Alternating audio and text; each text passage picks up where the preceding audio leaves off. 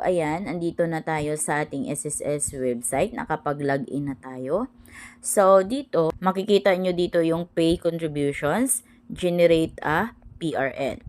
So, dito guys, makikita nyo na agad dito yung applicable period na kailangan nyong bayaran. So, nakaganda dito sa bagong update, makikita nyo dito yung applicable period na kailangan nyong bayaran. Then, makikita nyo na agad dito kung kailan yung due date nito. So, ngayon, pag once na i-click nyo yung pay contribution, kung halimbawa may payment reference number na kayo, so, may nakalagay dyan na pay contribution. Then, pag click nyo yan, may additional charges yan, such as convenience or service fees. So, kung okay lang sa inyo na may additional charges, so, pag once na ito yung gamitin ninyo na pambayad, so, i-click nyo lang yan. Click nyo yan, then click nyo itong continue. Pag once napiliin nyo dito yung itong payment na ito, ang additional na convenience fee is 29 pesos. Dito again is mas mataas yung transaction fee or convenience fee niya. Andito na ulit tayo sa ating SSS website. So dito pag magawa na tayo ng ating sariling PRN, click lang natin itong generate a PRN. Ayan, then dito makikita natin yung mga nagawa na nating payment reference number. Ayan, yan yung mga pending. So, halimbawa gusto niyong mag-generate or kayo mismo gagawa ng PRN. So, dito tayo sa PRN. Ngayon, click lang natin tong member. Ayan, click natin yan. Ayan. Then, mamimili kayo kung anong klaseng membership type kayo. Kung halimbawa kayo ba ay self-employed, voluntary, o OFW, ayan, so yun yung pipiliin ninyo kung ano yung applicable sa inyo. So, sa akin, as a voluntary member, click ko yan. Ayan. Next is your applicable month. So, dito, nakalagay November. So, dito naman sa generated PRN ko guys, as you can see dito, meron na akong payment reference number for the month of October.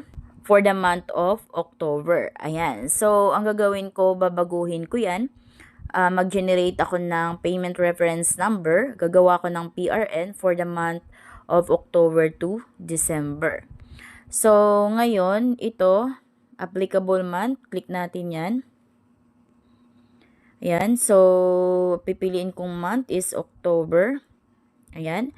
Next is month of December. So, ang gagawin ko is payment reference number ng 3 months. Quarterly ako nagbabayad. Ayan, ngayon, up dito, click natin yan. Ayan, gawin naman nating December. Ayan.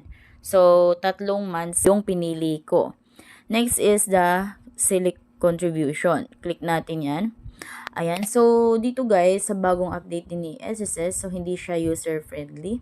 Dahil hindi siya user-friendly, so yung ibang hindi mateki or hindi sa technology, so medyo mahirapan sila dito sa paggamit ng bagong SSS website. Dito, click lang natin to. Ayan, dito sa Select Premium, mamimili kayo dito ng inyong amount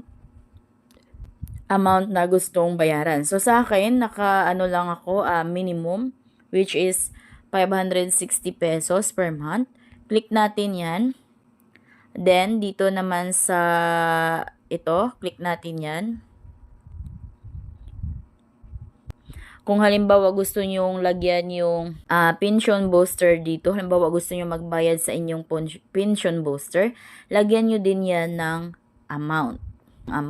Kung halimbawa ayaw nyo naman magbayad ng inyong pension booster, ayaw nyo isali yung pension booster ninyo, so okay na yan. Andyan na yung total ng 3 months, 1,680.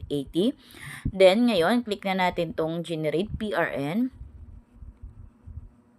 So, ito na yung payment reference number na ginawa natin. Ayan. So, swipe nyo lang pa left side, guys.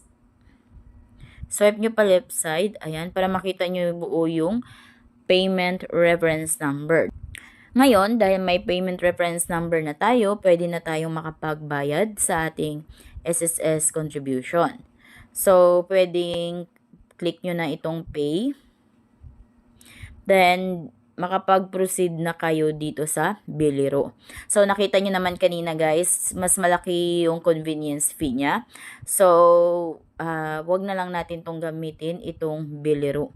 Pero kung gusto nyo dito magbabayad, so, option nyo yan kung paano kayo makapagbayad ng inyong SSS contribution. Basta mas mura kayo makapagbayad through GCash. Kung gusto nyo naman ng free payment of your SSS contribution, gumamit naman kayo ng Union Bank na UMID Pay ninyo. So, kung saan nakakonect yung SSS UMID Pay card ninyo na Union Bank, so doon kayo magbayad ng inyong SSS contribution. So, it's a free of charge. Ngayon, click natin tong close. Then, dito, click natin tong back. Ayan. So, as you can see dito guys, andito na yung ginawa nating payment reference number kanina. Ayan. So, ito na yung payment reference number natin. So, ngayon, pwede na tayong makapagbayad sa ating GCash. Ang gagawin lang natin, copy natin yung payment reference number. Long press natin, in daliri nyo, long press nyo, then click copy. Again, press nyo yung payment reference number, then click copy. Ayan, nakopy na natin siya. Ngayon, open naman natin yung ating GCash. Ayan, nakapag-login na tayo sa ating GCash. Dito, click lang natin tong bills. Then, click natin tong government.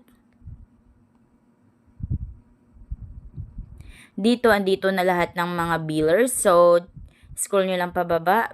Ayan, makikita nyo na agad dito yung SSS contribution. Click lang natin yan.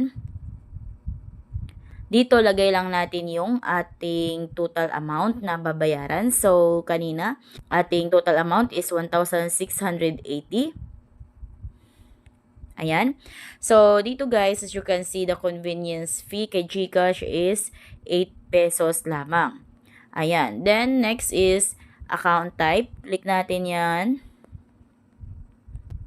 Then, piliin nyo lang PRN. Next is the payment reference number.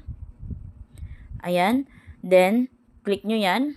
Then, paste nyo yung kinapi nating payment reference kanina. Ayan na yung PRN natin. So, nakaganda din dito guys pag gumamit kayong copy-paste. So, hindi kayo magkakamali sa pag-type ng inyong payment reference number dahil nakaka-copy-paste kayo. Next is the payer type. Select payer type tayo. Then, mamimili kayo kung ano nga bang payer type kayo. So, ako is voluntary contributions. Click natin yan. Dito naman sa email address, so kayo masusunod kung lagyan nyo pa ng email address. Pag lagyan nyo ng email address yan, so, magsisend ng receipt si GCash ng inyong payment dito. So, dito naman sa may box, so, uncheck nyo lang lagi yan. Pag halimbawa may check dyan, click nyo lang yan para ma-uncheck. Yan is for protection of your bills lang yan. Ngayon, click nyo na itong next. Ayan. Dito, bago kayo mag-confirm, double check nyo yung amount kung tama ba yung amount na nailagay ninyo. Then, kung tama ba yung payer type. So, kung tama naman lahat, click nyo na itong confirm.